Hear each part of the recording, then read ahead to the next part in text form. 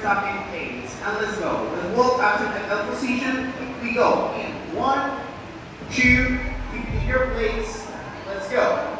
And 5, block the movement. 7, you turn forward. Let's go. Now we can play with the inertia. Don't stop the movement. Okay, continue. 1, 3, open your chest going up with your right hand and turn.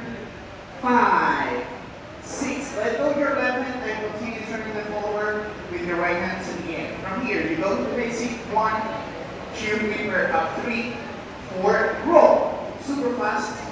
And 5, 6. Remember to go with your hand pressing your knee. Okay. 7 at the same time. You go up, impulse from your right hand to recover the position, going up on 8. Throw. 1, go with the team hand. 3, 4, and turn here. In 5, 6. Hold her back in close position, or if you want to add the detail, you can add 5 and 6, 7, 8. Yes? Non-stop facing the other side. Non-stop facing the other side. Stop. And then music. We have 5, and 5, 6,